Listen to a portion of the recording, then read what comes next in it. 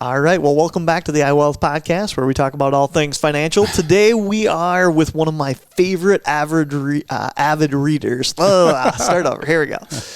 All right. Well, welcome back to the iWealth podcast, where we talk about all things financial. And today, we have a great reader in front of us, a man that loves to consume content at a blistering speed, Mr. Brad Connors. And you read something recently. Fill us in. Explain that to me. Yeah, and this has been around for a little while. There's a book called Miracle Morning by Hal Elrod, and a friend had kind of brought this to our attention, and I went and got the stats for this, and I just wanted to walk through this with you. So just to put this in context of what we're going to talk about. So Hal puts in his book, this Miracle Morning book, which I'd recommend people go take a look at. 100 people, 25-year-old. Okay, so let me wrap my mind around 100 people. Yep, 25-year-olds. Okay, younger than me. Yep. And they start working, and they work for 40 years. They work for 40 years. Okay. So they're now 65 years old. Time to retire. Statistically, here's how it goes in America. One of them is wealthy. Okay. Call it the 1%. 4% are financially secure. So you take the top 5%, they're secure and they're doing just fine out of those 100 people. Not worried about where the next paycheck is coming from. Okay. Yep. 5 work because they have to, not because they want to. We wrote the book Fish Don't Clap about purpose. They're working because they have to. They financially need to. Okay. 36 are dead. 36% of them didn't make it that 40 years. But here's the thing. 54 of them are broke, and they rely on others to live. And, oh, man. And this is America. And this is America. And Hal talks about the rearview mirror syndrome, that we're always looking in the back of our mirror and not instead of looking forward. He's just trying to emotionally get in people's head to change their perspective on things. Yeah. But I've seen it all the time. We've talked about it on this podcast, Matt, where people just wait to save. It's just never a right time to save and to get ready for down the road to take care of themselves. And we went away from pension plans way back in the 70s. There's still some out there for public employees, but pension plans used to take care of people. So you had your Social Security check to the government. That was your own money. They're giving it back to you in Social Security. But then you also had a pension plan that that your employer provided over those 40 years for you. Sure. They're not around anymore. So now you got to do it yourself.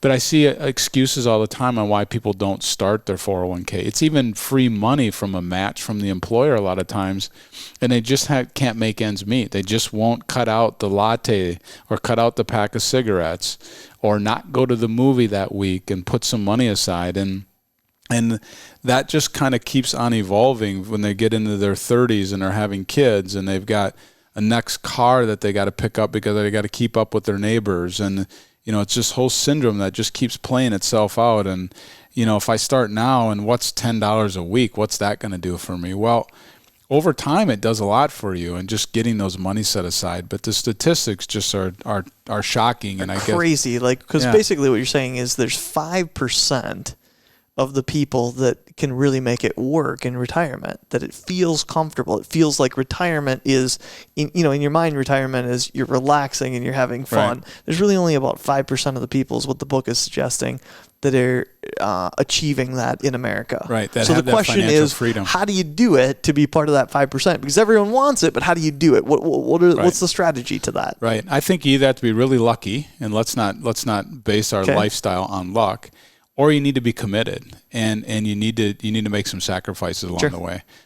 I just told this the other day in a client meeting. There's 3 types of people. There's somebody that saves every penny. Yep. And they die the day before they go to retirement, they die. Or there's somebody that saves nothing and they live to be 100. And then there's a happy medium in there. The problem is most people are living for today. Now, savings rates have gone up from COVID. I think because of stimulus checks and whatever, there's more money in people's banks right now.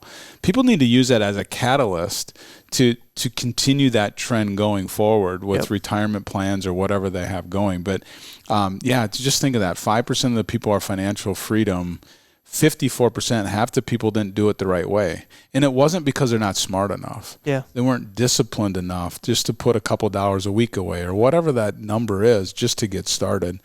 I talk to kids in high school, I talk to kids in college, and I just tell them to get started, even if it's 1% in their 401k. And then every year on their birthday, just go up another 1%. and up another 1%. Before long, they're at 10, 12, 15%, and they're right on track to be in that top 5% that we're talking about. Yeah. And again, we've also talked about, like, how much do you need? We're not talking about those 5 people had millions and millions and millions, and the other people didn't. Yeah. What we're saying is that those people set themselves up so that they have some additional income coming in to support their lifestyle, whether that's $3,000 a month or $8,000 a month. They're just financially independent. So people need to get their head around this, and waiting till tomorrow is not the right answer. You have to make some sacrifices and get after it today. Yeah. It's just so interesting that out of 100 people, there's really 5 that do what we're talking about. There's really 5 out of 100 people that are willing to do the work to get this done. So if you're one of those people out there and you are one of those 5, or you want to be one of those 5, come sit down with an expert. He'll give you some insight as to how to make your situation specifically work. You know, another side of this, so 36 of these people didn't make it.